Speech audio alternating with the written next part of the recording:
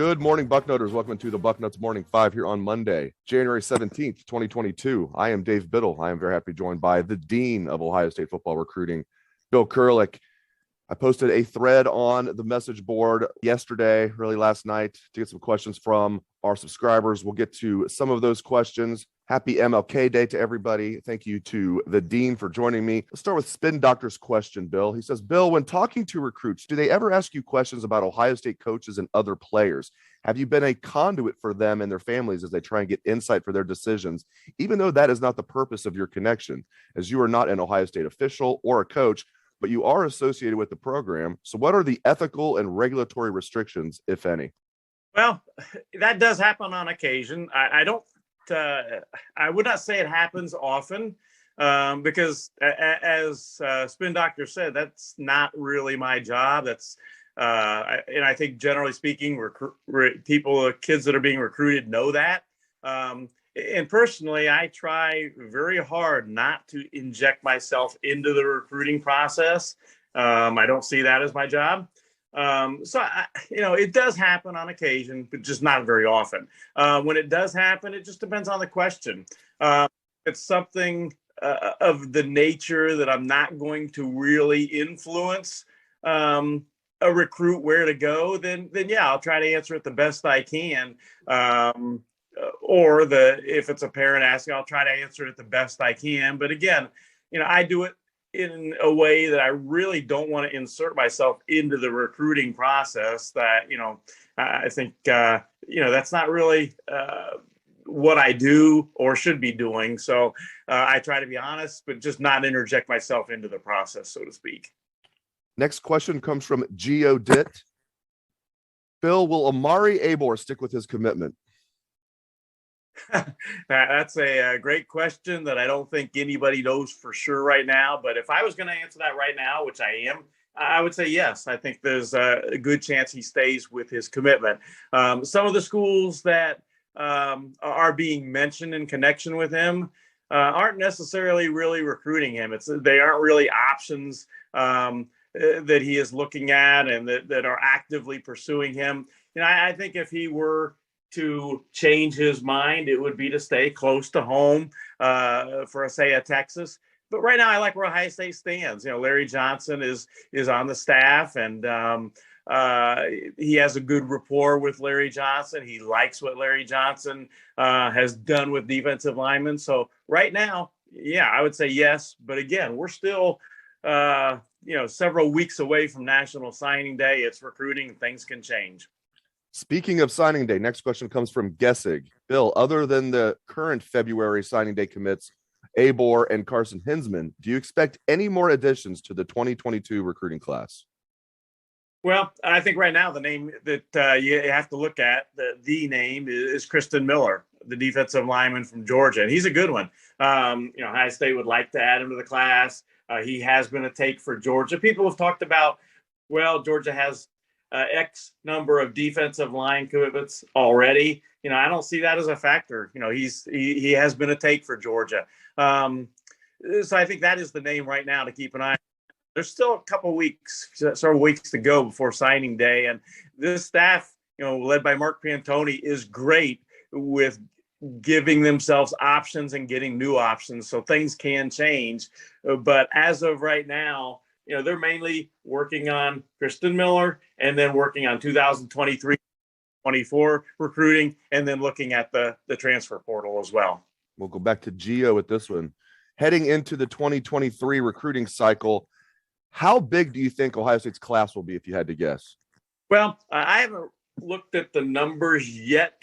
I usually don't look at those too closely until everything is done on signing day of the class that we're currently on, which is the 2022 class.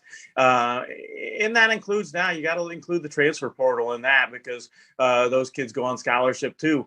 So I haven't looked at it real closely yet as to who might leave early, who is going to finish off the 2022 class, who might come in yet via transfer portal. Of course, Ohio State has two right now, being McAllister and Trainum.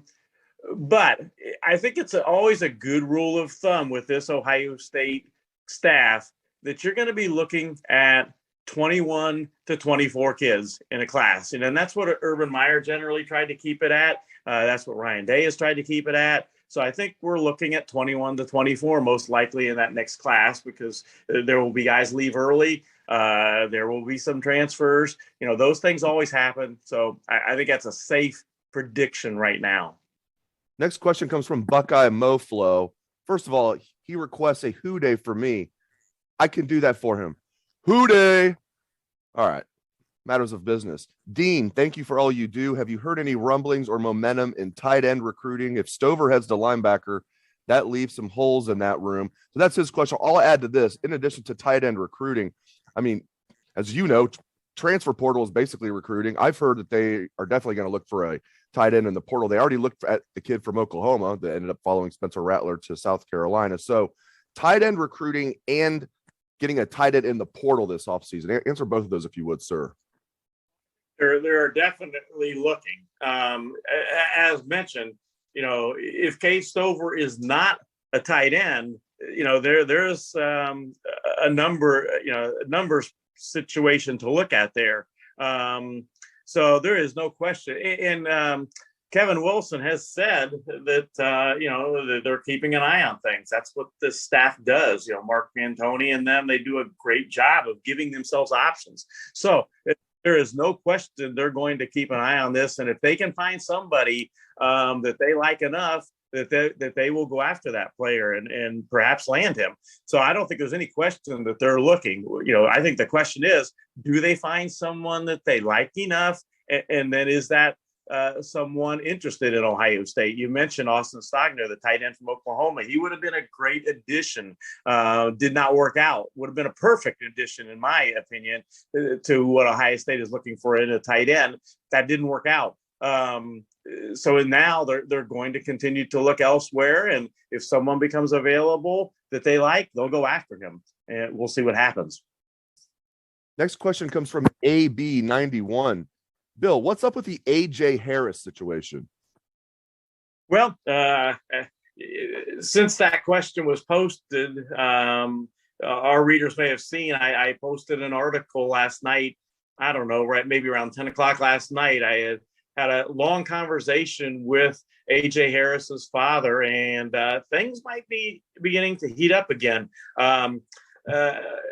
Tim Walton and Perry Eliano have both spoken with AJ Harris's father. It went well. AJ Harris's father said, you don't have to sell me on Ohio State. You don't have to sell me on either Tim Walton or Perry Eliano, because he said he's done his homework and he's sold on them. So now it's a matter of those two Ohio State coaches building a relationship with AJ, and I'm sure they're going to make a great effort and probably build an outstanding relationship with him. The possibility, AJ's dad told me last night that he thinks that the Ohio State coaches will likely be out to their school sometime later this week, and off we go. So as AJ Harris's dad, Dan, told me last night, Ohio State is most definitely in the running. I like that update. I really like this next question. I like all of these questions.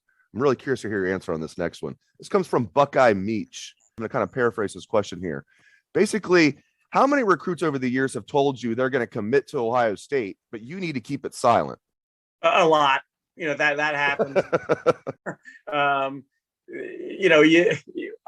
You build a relationship just like the recruiters do. I try to build a relationship with players that Ohio State is recruiting, and especially the ones that I have been able to actually meet, see in person, that type of thing. You get to know them, and hopefully you're able to build a relationship with them, and they trust you. And I think it kind of helps a little bit that I've done this for a long time, and maybe they feel like they can trust me. Hopefully they do. So yeah, it happens quite often that they'll tell me, well, I've committed, or I'm going to commit, and I'll get quotes from them and just, hold on to the story until they make it public. One of my favorite stories was Jack Sawyer. I had gone to see him a lot. I had probably seen him in person at games, gosh, over a 2-year period, maybe at least 4 times, I'm guessing, or at other things, maybe more. And I was out jogging on a Sunday morning and doing my daily run, and I get a call from Jack. And he says, "Mr. Kurelic, you've been good to me. You've seen me play a lot, come to see me doing other things. And just wanted to make sure you know that you have this story that I'm about ready to commit to Ohio State." And I thanked him and everything. And I said, "Jack, I'm about 5 to 10 minutes away from home on this run. I'm going to run back there as quick as I can and get everything ready. Can you give me a few minutes?" And X amount of time. And I knew it was going to be close, but I did make it back home in time. I did get my story written, had the quotes in it, and got it up there just as he went public with it. So I really, really appreciated Jack doing that. Got me a little tired, but because it was a bit of a run. Yeah, your jog turned into a sprint. I love that story. We'll get you out of here on this one. This is from Ferris J.E. Texas A&M got the highest rated class ever without achieving any results of real merit. Bill, what have you heard in recruiting circles about A&M having donors target recruits and spend in excess of $20 million in payouts? He says the story is out there in social media. Your thoughts? Well, there's a lot of stories out there. And one thing that the NIL has done is create a lot of these stories. And as Urban Meyer said, it's going to take some time for this to all get sorted out of what can and what is going to happen. I think Urban said 4 to 5 years before this stuff gets reasonably sorted out. And he's probably right.